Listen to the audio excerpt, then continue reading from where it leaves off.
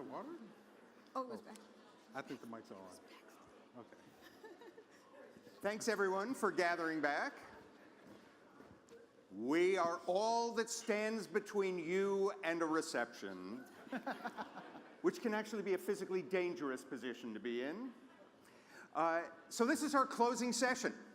We've got about 45 minutes to accomplish 2 impossible missions.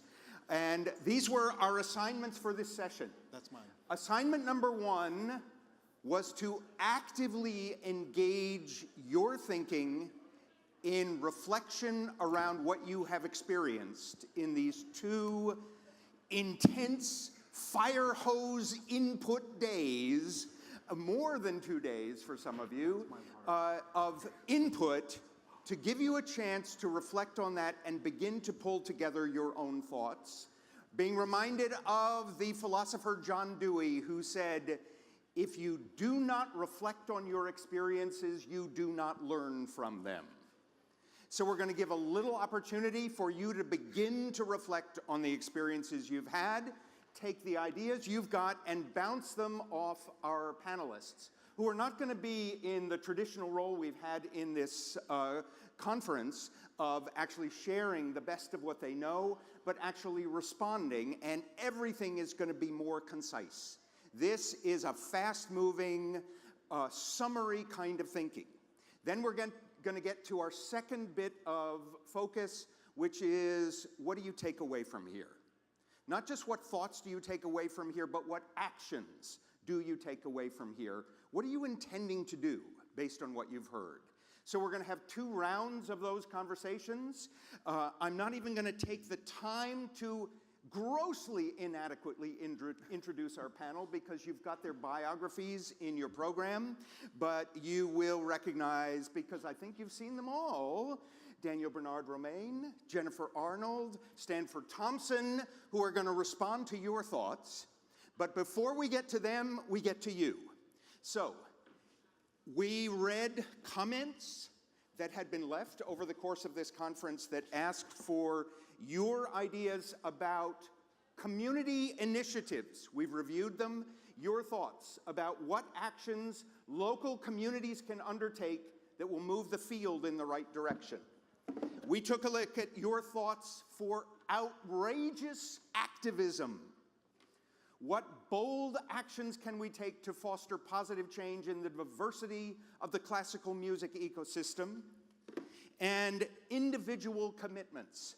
What will you personally commit to do to change the status quo? We've pulled out the ideas that resonated most strongly for us, and we're going to share those when we get to feedback. But before we get there, there's a technical term in facilitation called clumping. Would you lean over to a few people who are in your area, so you're in a small talk group, and here's the question I want to give you a few minutes to think about and share the ideas off the top of your head. Are you clumping? I'm not seeing clumping. Lean in, introduce yourself, it's good. Right, that's some fine clumping we're seeing. I admire clumping of that high order. All right, and here's your question. Shh, shh, shh. Here's the question. I want you to share your thoughts off the top of your head. Based on the input you've had and the thoughts you've had over the days of this conference, what does the near future, maybe 2 years, or further future, maybe 10 years, hold for changes in the diversification of the classical music ecosystem? What's coming? What do you think is coming in the next 2 years, or maybe slightly longer term, 5 years, 10 years? What is your sense of what's coming? Share your thoughts for about 5 minutes, and then I'm going to invite you to share very simple statements of observations from your group. Go! Nice. That's great. Wow. Can sit here, you know?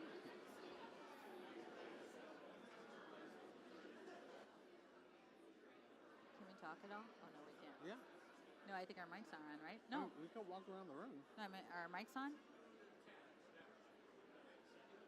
I kind kind of want to fill the audience out in the thingy to shut up.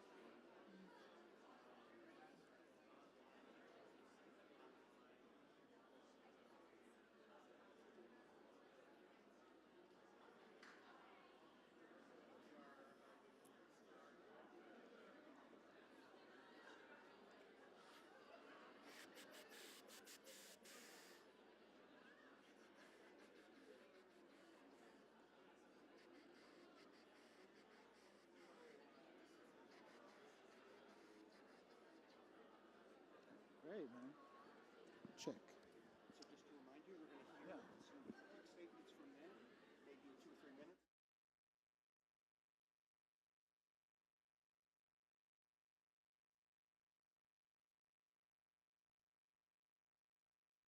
And power through it.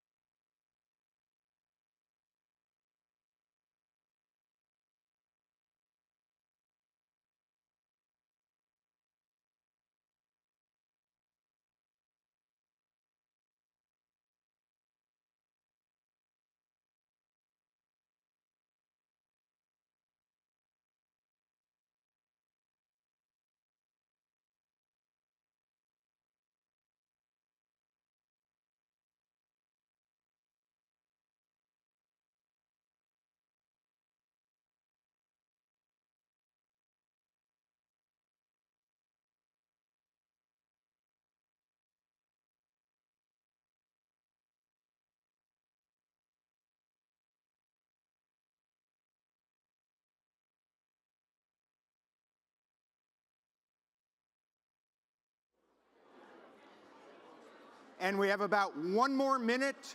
Take 1 more minute to share your thoughts and pull together a short statement or 2 you might want to share with the whole group.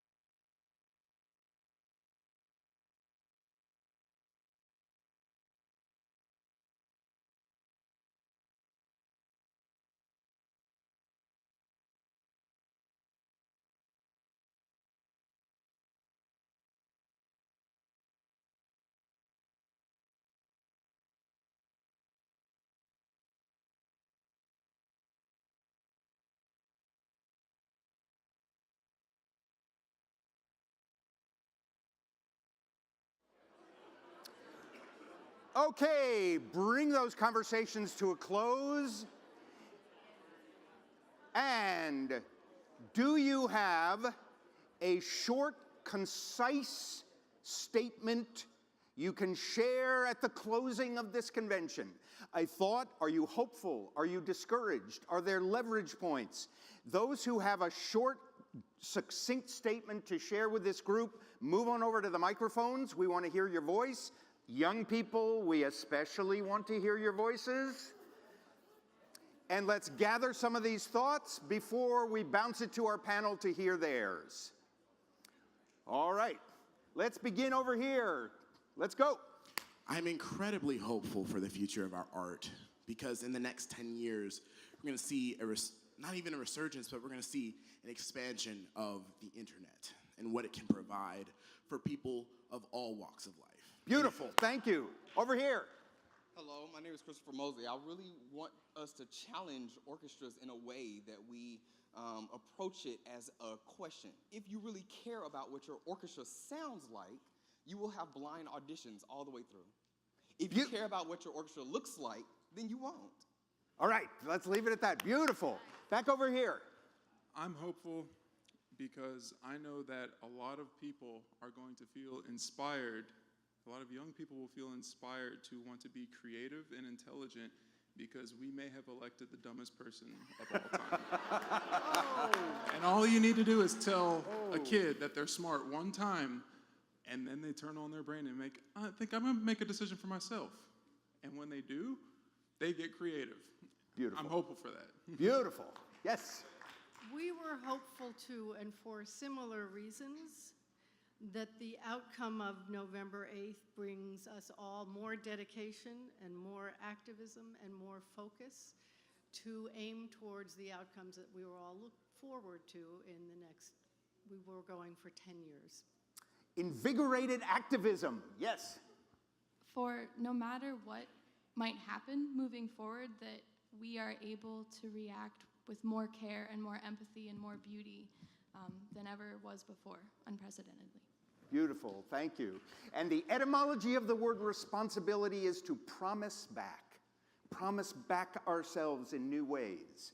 We are hopeful that the accessibility we have to art through online interactions, through cultural, ethnic, and racial diversity will make more meaningful our expressions, and also the audiences will demand sincerity in our art. Fantastic. Another vote for the internet. Let's get to work on what we can make the internet do for us. We were hopeful because of events like Sphinx, where white allies and musicians of color can come together and be on the same page, so that when we return to our communities, we're on the same wavelength for the type of activism we're trying to do with our art. One place where we all have our eyes on the same prize. Thank you. I think we're extremely optimistic because there's such a sense of empowerment that is happening from the ground up that we don't even have to wait 2 years or 10 years. This is already happening, and we are beacons who are spreading all of this already in everything that we do. So, greatness. Thank you. Please. You got it. Do it. Bend it down. Just tip it Take down. it off. There you go. So we are hopeful about the future. Maybe in 2 years, nothing happens automatically, and the future is impossible to fully predict, but we have a collective effort to not move backwards and not stay at the same place. We have to move forward, and therefore the future is hopeful. Fantastic. In fact, there's a famous quote. The future is hard to predict because it can be influenced.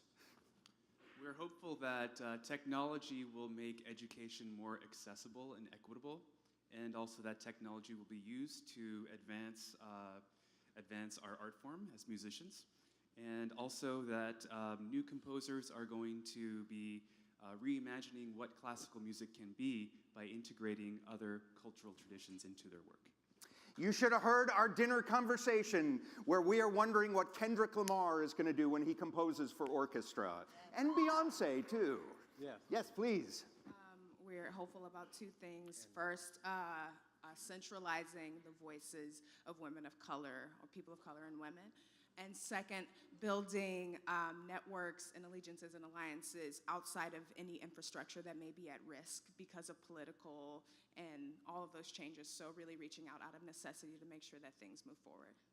Thank you. Thank you all for taking the time, pull together a few first thoughts as we turn our attention to the panel. What's a response for you? You've heard our group. We had our dinner conversation. We heard the voices of the boxes. What is your thinking? Well, I wanted to share some photographs. I feel like I'm with family. So, Mackenzie, you ready? I want to share some photographs with you. Whoa, whoa, whoa. Let's go back. All right, so for me, these photographs represent, well, I'll let you decide what you think they represent.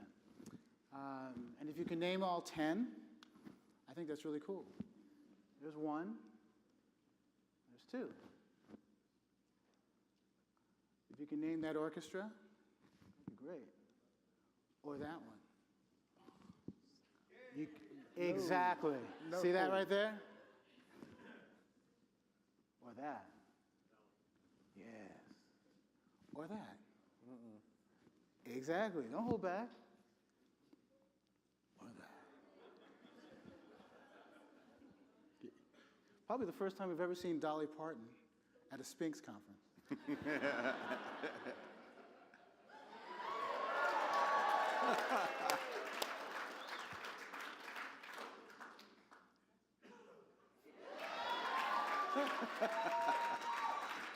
So I would say, for me, the future, the way you just responded to the great Nina Simone, is how maybe we have to respond to this. This is no different than this, and that's the problem.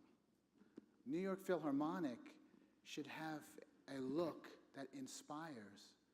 The Boston Symphony should have a look that inspires as much as, well, Maestro Nelson. That's it. Beautiful. Thoughts? What are you thinking? For me,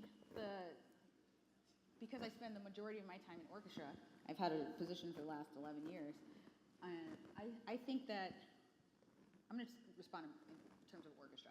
I'd like to see in the next 20 years orchestras be as cool and fun and inviting as conservatories actually were for me. You know, it was not just playing great music and everything, but it was having fun with my friends and trying new things and experimenting with new sounds and things like that. So I would like to see orchestras try to do that in the next 20 years. And of course, when I went to school, it was actually, I wouldn't say it was very diverse, but it was a little more diverse than what I've been hearing at other schools. So I would like to see orchestras expand on that for sure. I think that I would add that I think because we're here, I hope the orchestras in 20 years actually involve us, people of color. So when I ask my white friends about what orchestra has meant to them over the past 20 or 30 years, maybe how easy it is for some to make that next step, if it's composing a piece, if it is conducting an orchestra or being a member of it, being on the board, being on the staff, being a volunteer, that I just hope it involves us. We're here, we want to play, we want to help, and will the current leaders that are pushing this field forward, will they include us? Because if that doesn't change, we had this conversation 20 years ago, and it didn't change, because unfortunately, the people involved didn't include us. So I just hope that in 20 years, people today say that as I pass the baton, I'm going to make sure that people that look like me, think like me, have a background like me, actually can bring our voice forward in many different types of ways, and I think make change and impact for a lot of people. Are you hopeful that's in the works? Am I hopeful?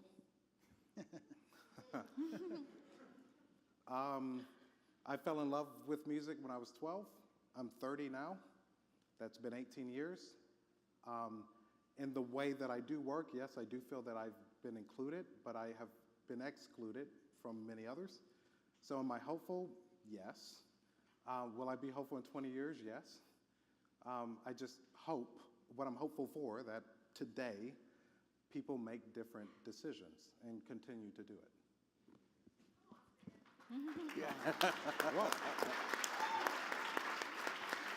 You know, I had this dream of dinner with Steve Bannon. Hey, he's on the cover of Time magazine right now. You know, you've got to understand. I have dinner with Steve Bannon. I say, look, I got a great idea. The next executive order, simple. Every major orchestra in the next 30 days must hire, as their music director, a person of color who is a woman. Okay? Now, I hear you, but here's the reality, though, of that. Yes, that's a beautiful dream, and that is hopeful, literally. And I can hear the, woo! Yes, whoever was doing that, that's exactly right. But for those of us who know, that would send terror into the boardrooms of these same orchestras. You have to understand that. That would send terror into some of the people who are supplying the money and the funding to these orchestras. And that's the thing to address. So yes, an executive order, every major orchestra in this country, a person of color and or a woman, is what we want in the streets. And that is not the problem. The problem would be the silent rage and fear that would be in those boardrooms who would not want that. So my hope lies in an outrageous notion of a dinner with Steve Bannon, and in the hope and promise of it won't be such a big deal to say that the person who's going to lead the New York Philharmonic will be a beautiful American woman like a K. George Roberts, you know? Like a K. George Roberts. So can I tell you who I eat dinner with? Yeah. It's not Steve Bannon. No, I would ask the question, people that had an opportunity 20 years ago, either why didn't you choose us, or why didn't you do more? I would ask that question to people today. Why didn't you do something then? And I would be very curious to hear what stopped them. Is it cool now to do it, that now we're talking about it, the whole field is concentrated on it? Because, again, I'll go back to what I said, we were concentrated on it 20 years ago. Yeah. So why didn't it happen? So I just see a lack of will, and I'm not exactly sure what it will take to build a sense of urgency. Because we're here, we're playing better than we ever have. I think we're more passionate, connected to communities. So why didn't you do it? So I would probably sit down, well, first name comes up, Michael Tilson Thomas, why didn't you do it? We're still here. And you can still do something if he's listening. Jennifer, what do you think? You're innately hopeful. What do you think? I am hopeful because I think we do have these conversations, and I think it's up to people like me who are in orchestras to fight for us and not be afraid to say it in your, yesterday, or was it today, people in the predominantly white institution, we were talking about advocates and standing up and being comfortable with who you are. And I'm one of those people who tenure, no tenure, I was like, I'm Jen Arnold, okay, and my playing should speak for itself.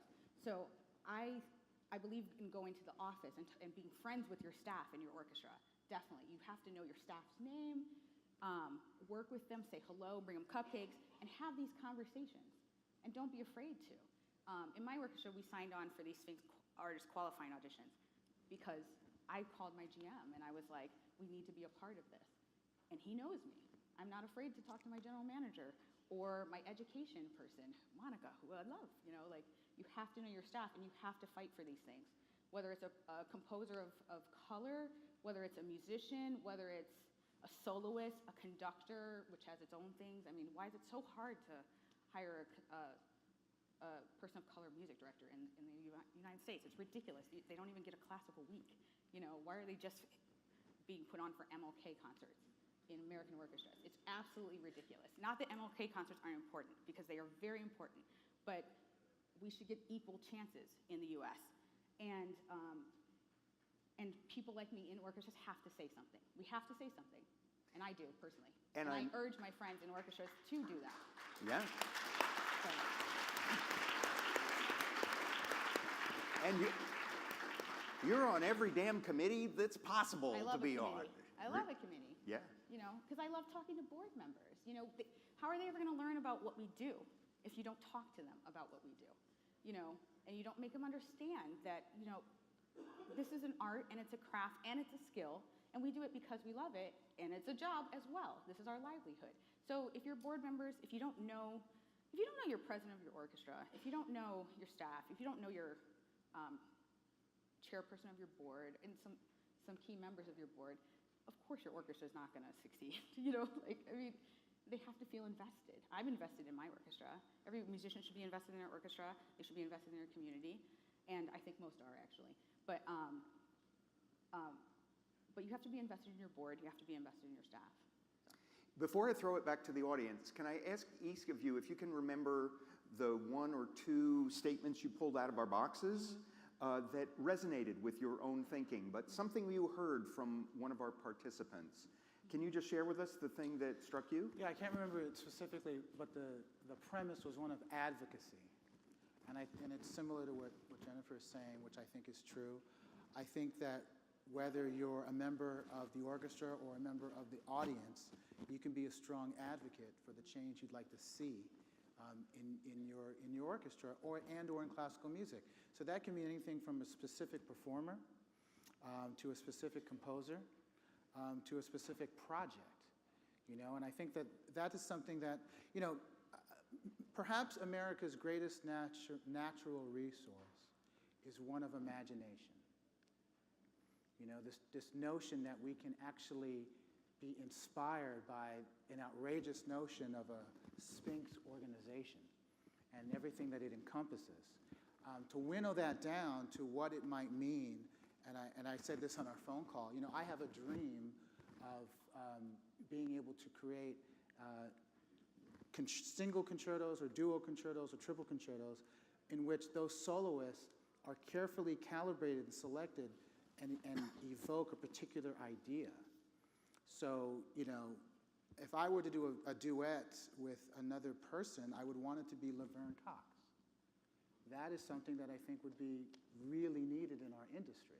Or maybe it is Mr. Lamar, who's doing great things in music and has a vernacular that an orchestra really needs to be engaged with. So from what I got from the boxes, I think this notion of advocacy combined with a vigorous imagination and then a will for execution is uniquely American, actually. And I'll just point out, for those of you, the word advocate, its origin doesn't mean tell people stuff. It means call them in. Bring them in with listening, with slow relationship building, not with just telling. Any quick comments from you two about statements you took out of the boxes? Yes, so one was around action, and it was if you hire different people and surround yourself with different people, then perhaps things will change. So I just think if I were sitting around the table, I would say let's not wait until Martin Luther King Day to do something. Let's take the orchestra and clean up a park, and let's do the things that we do on Martin Luther King Day 7 other times throughout the year. So again, when you have a certain group of people sitting in the room, those are the ideas that they come up with because they should respond, right, to Martin Luther King Day and do something. So beautiful. That was my takeaway. Jen?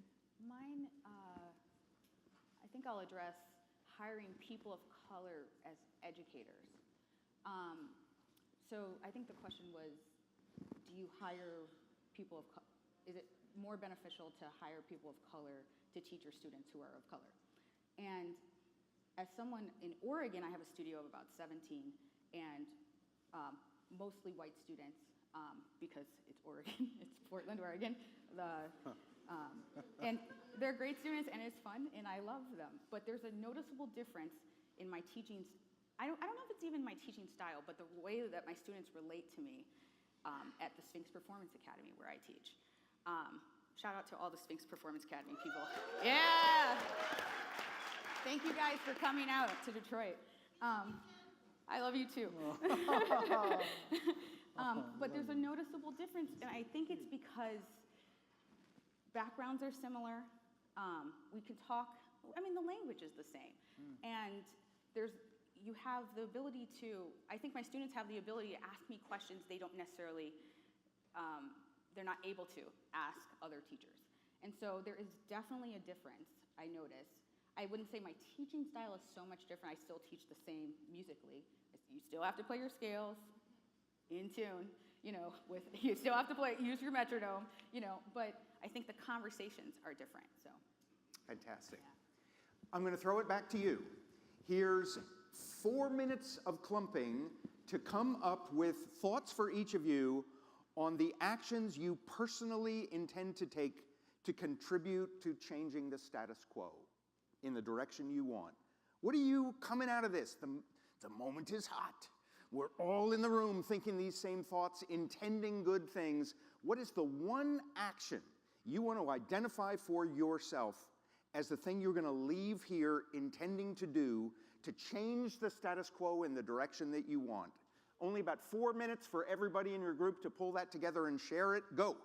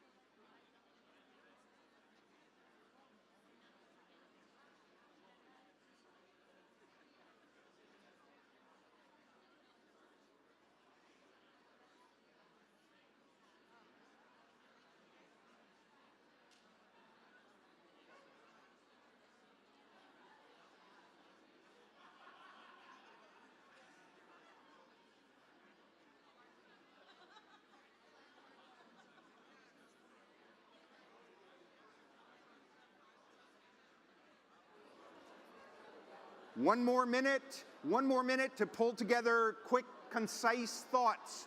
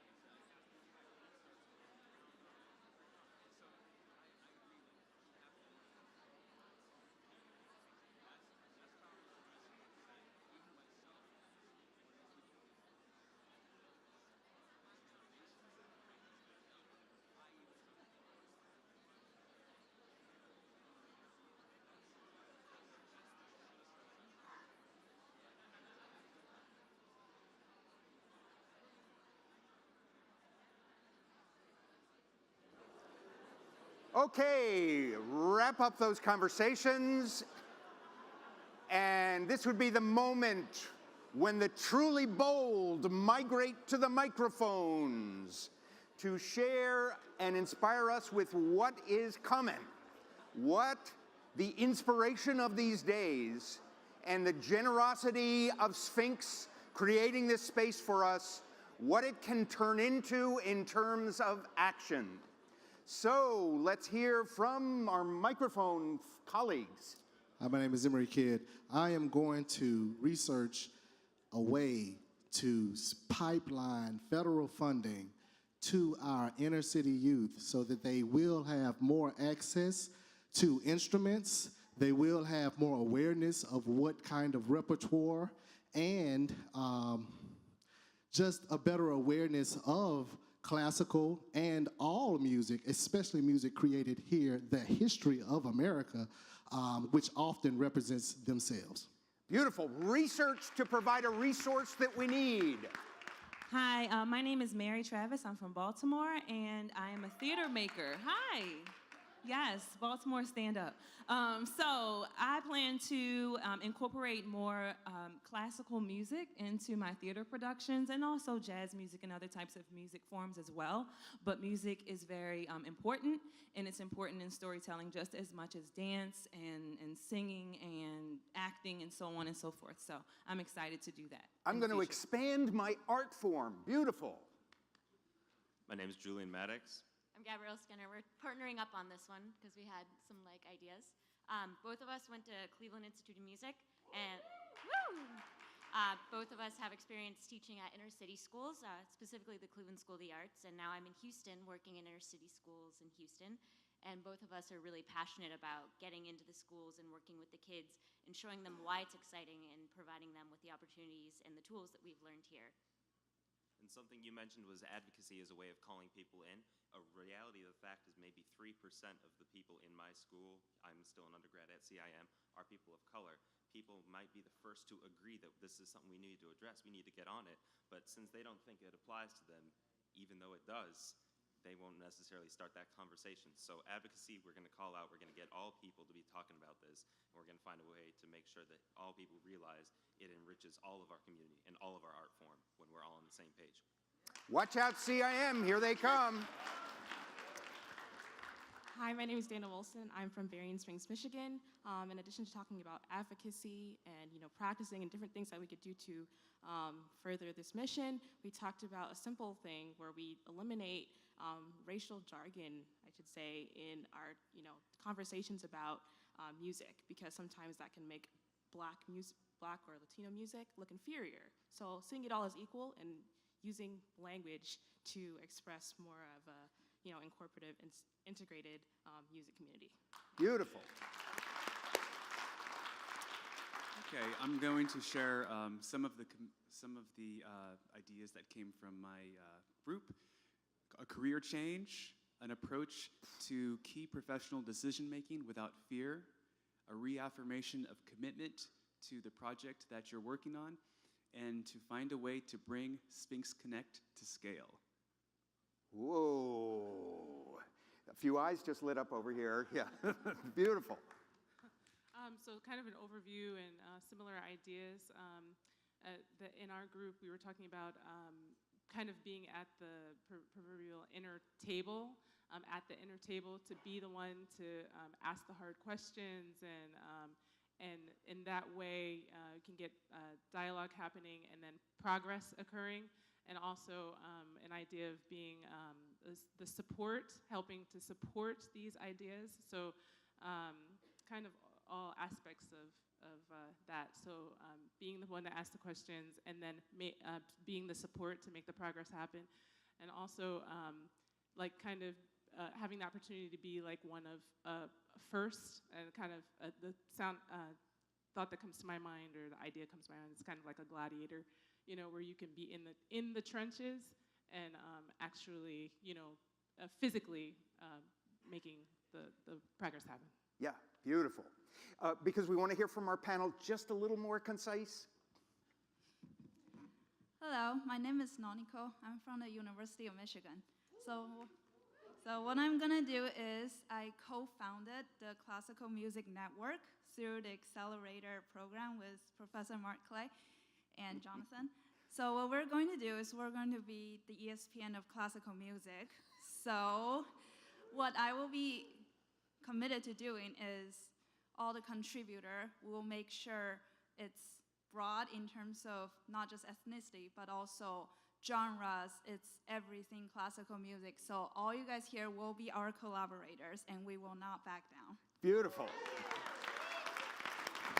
I will be piloting a fellowship for Black and Brown Girls Oakland Stand Up at the Colburn School this fall that will provide private instruction and leadership development training for 11 to 13-year-olds, and will commit to them through the end of their high school graduation to get them into conservatories and into major American orchestras. Hi. Hello. Israel Gutierrez, Boston University.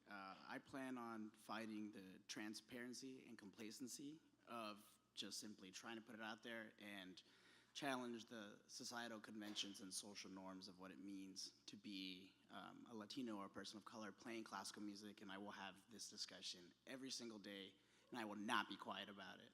See you in a year.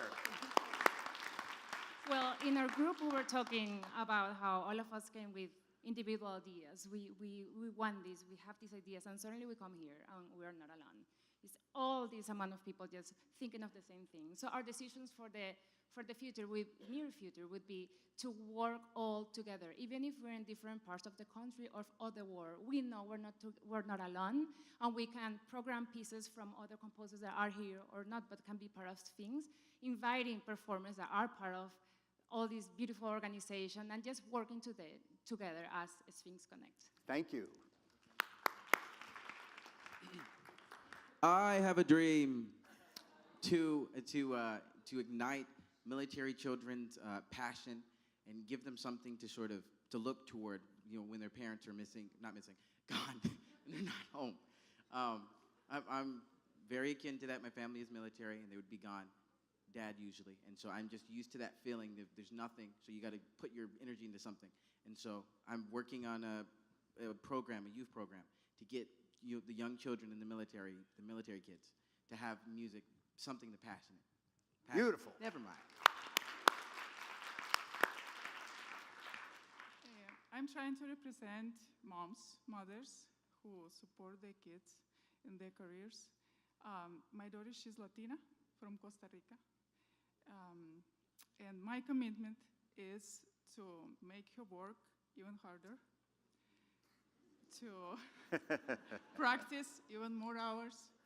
So when the time comes to be a professional musician, the orchestra will hire her, or she's going to be a soloist, not because of color of her skin, because she's excellent. Yeah. And let's just take a moment to thank the moms. Yes.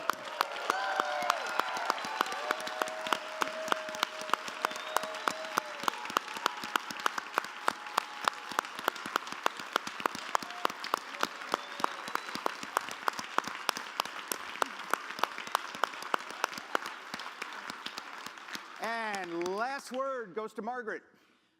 We were part of the Women Over Blue group, and we were inspired by the work of one of our members, Chichi Nwanoku, who started an orchestra of musicians of color in Europe. And so we are all committed to being proactive and not waiting for someone to tell us what to do.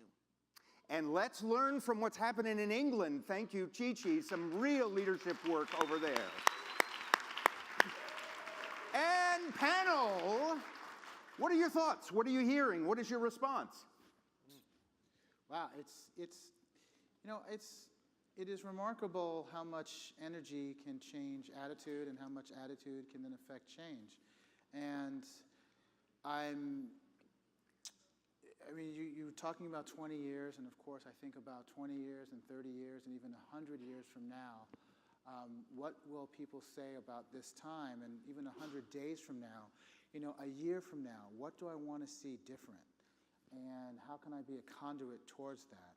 So I think communication is really key. And I think that Sphinx is uniquely qualified. These convenings are so important, if nothing else, is that they help to rejuvenate and inspire and to help keep the journey straight and narrow and focused on all the things that we feel that are important and necessary.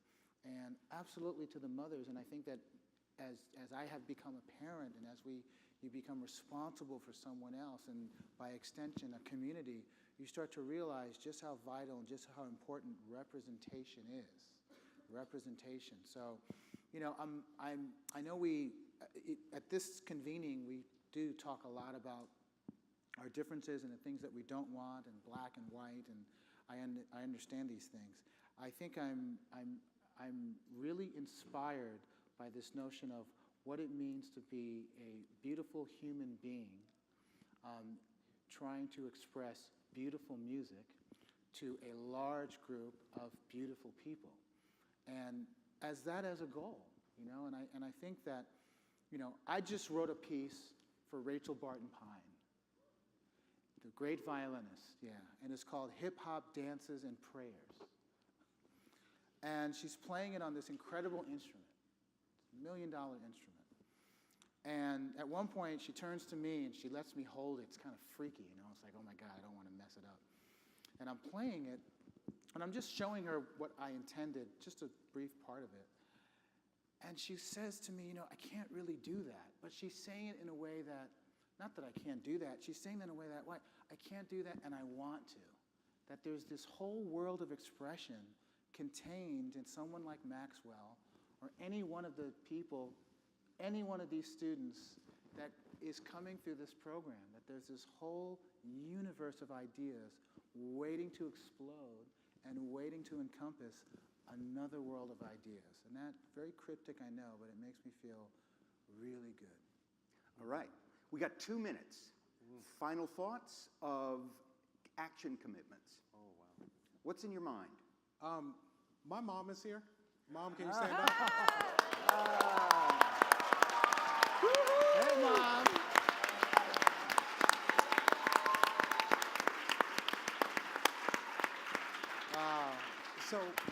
So one thing I want to tell everybody about my mom, this connects to the action item. My mom was the first person to believe in me as a person and the first person to believe in me as an artist and a musician. And it was her support. I don't know how she made it through all those concerts and recitals where I sounded horrible, but she told me I sounded so good. Oh. I don't understand it.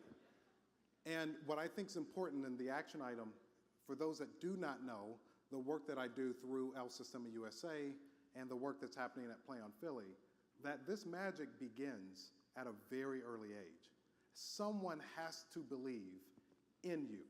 And for my colleagues in the room, the people that believed in you put you where you are now. So in many ways, you have a responsibility to make sure that our youngest people are believed in as much as my mom believed in me. So the action item is that I continue to advocate that that's where the magic starts.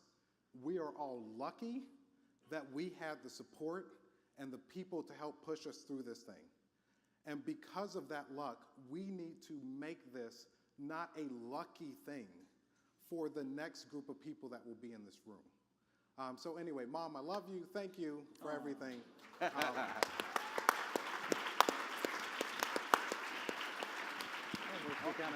Jen, last word for you. Okay. So since I have all of you here, and I think I'm going to take a selfish action item, actually. One of my biggest issues I find in teaching, especially sometimes especially at SPA, but other camps where, especially with students of color who don't have resources, is finding good teachers. Sometimes they don't have the resource, especially at a certain level, to get to the next level. They don't have the resources. So I would like to create a list maybe even out of the people here, of people who are willing to do what it takes. If you're a great teacher, sign up for this list. Tell me what city you're in, what state, and that you will accept a student who may not financially be able to do it. To commit to it.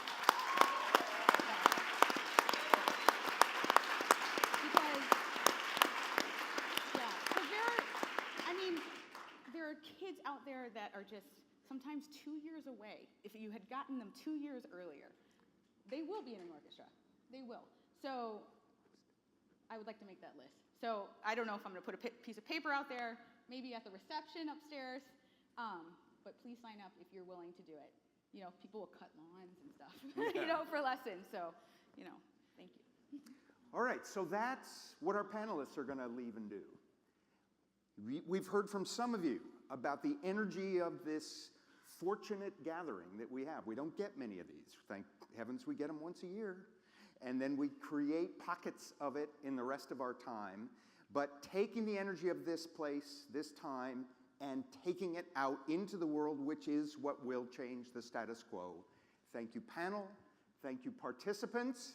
And a final word to send you off to the reception and home, and our Sphinx leader for making it happen, Afa. Afa.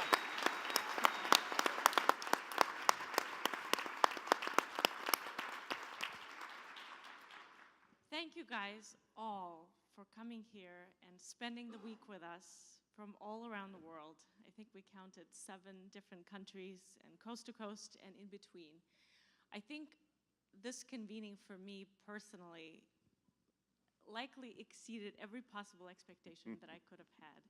And I probably learned more from it than I ever could have imagined. I'm inspired, I'm invigorated, I'm challenged, and just feeling extremely emotional and sentimental because of so many faces coming back and sharing their stories. But I think maybe the strongest feeling that I'm experiencing is pride, because of how many stories we're telling and how much excellence there already is and how much action there seems to be brewing.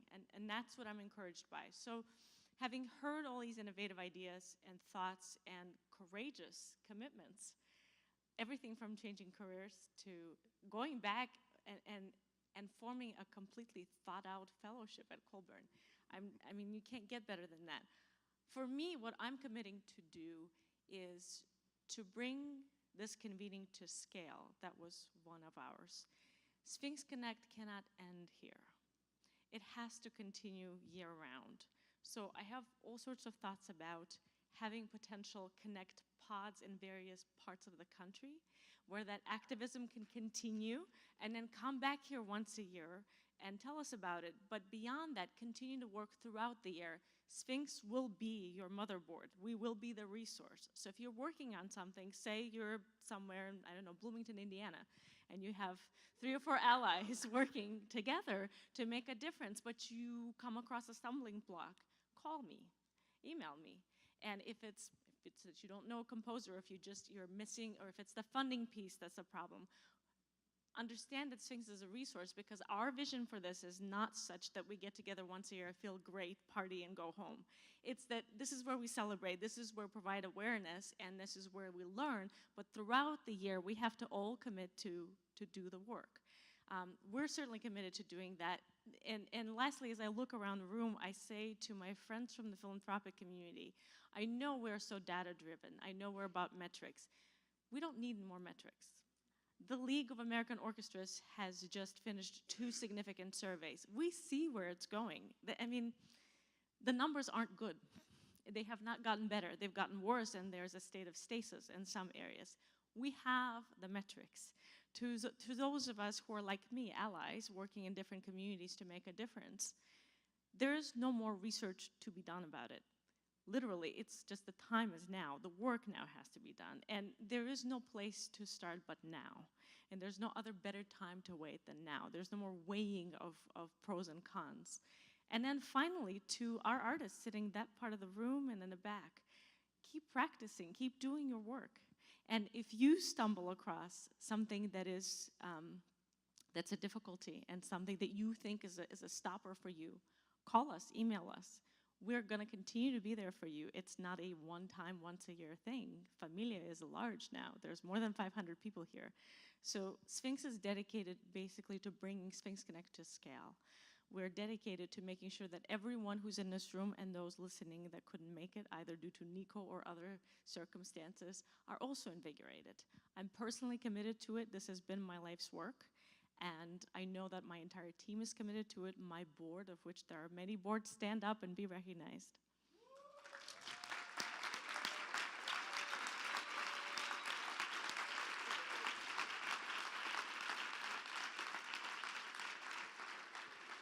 My board is committed, so just don't let this stop here. That's my only wish, and that is my only request. We have everything we need. Everyone in this room is a decision maker. You don't need to wait for someone else to tell you something else or for another source of data.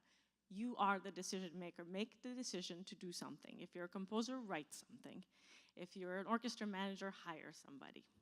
If you're in the world of academia, there's so much work to be done. I know that we have a lot of accountability to foster in that. And we can't just beat up on big orchestras. There's a lot of work to be done in the pipelines. And I'm so encouraged. There's folks from Michigan, CIM, Indiana. There's more than 40 academic institutions here. That gives me hope. Let's just commit to do something today and then throughout the year. And then lastly, I told you that I'd ask you about your experience. I hope that everyone wrote down the question as to why you're here. I did. And hopefully you've been able to answer that for yourself. On your seats, there was a tiny little thing that said, we need your help. We need to know what you're thinking. Please fill out that survey. It's not, I know it sounds so canned. It literally is a very short thing. Follow the link. There's 10 questions. They're extremely simple, but it's going to be vital to hear from you so that our next convening, and more important than that, our work throughout the year until next year's convening can be informed by your amazing ideas. Please do that, and the first 5 people that do it get a $50 Amazon card, which I know we all love. So just a little incentive there.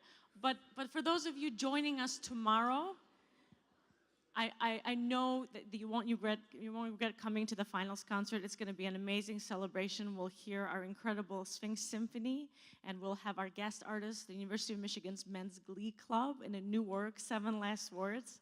It's sure to bring a lot of tears, and it's going to be an incredible time to celebrate, as well as our senior division finalists competing for a final $50,000 prize. So please join us. The celebration does not stop here, but we are finished for tonight, and I just want to bid you adieu and give you a huge thank you for coming here and being part of SphinxConnect.